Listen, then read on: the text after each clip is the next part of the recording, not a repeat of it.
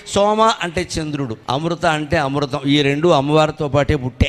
అమృతం ఎక్కడ పుట్టిందండి? ఈ క్షీరసాగరంలోనే కదా, మధిస్తూ ఉంటే పుట్టింది కదా అమృతం. విషం కూడా అక్కడే పుట్టింది కదా, విషము అక్కడే పుట్టింది, అమృతము అక్కడే పుట్టింది. గమనించండి, క్షీరసాగరం అంటే మన మనస్సు.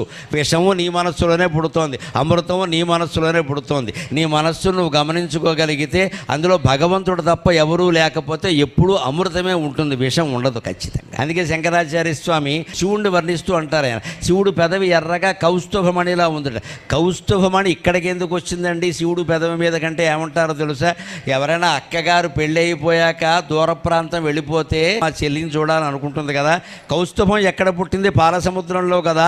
విషం ఎక్కడ పుట్టింది? పాలసముద్రంలో కదా. శివుడు కంఠాన్ని విషంలో ధరించాడు కదా. అంటే కౌస్తుభమణికి విషం చెల్లెలే కదా. తన చెల్లెల్ని చూద్దామని కౌస్తుభమణి శివుడు పెదవి రూపంలో కంఠంలో ఉండే విషానికి దగ్గరగా వచ్చింది అన్నాడు.